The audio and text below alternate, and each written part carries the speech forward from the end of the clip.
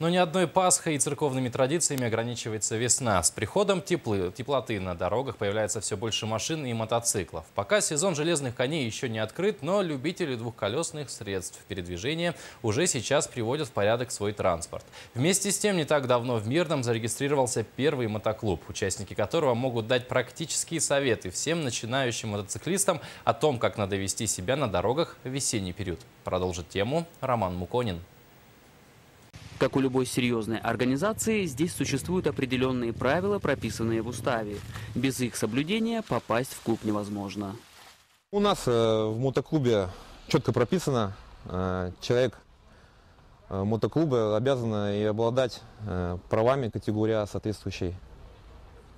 В связи с этим хотелось бы сказать, что у нас в Мирном ни одна мотошкола на данный момент не обладает лицензией на обучение категории А.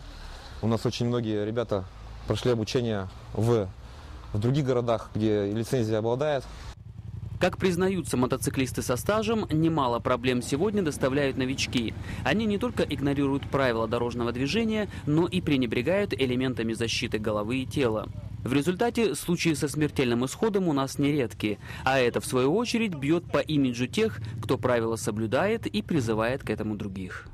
Прошу обратить особое внимание ребят начинающих, вновь купивших мотоциклы, обязательно ездить в шлемах, в надлежащей экипировке, на исправных мотоциклах, с исправными световыми приборами и техническим состоянием. Несмотря на плюсовые температуры, кататься на мотоцикле довольно опасно из-за снега и льда. Поэтому владельцы пока проводят осмотр технического состояния своих железных коней.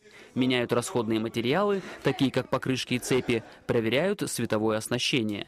Без этих необходимых процедур профессионалы выезжать на улицу не рекомендуют.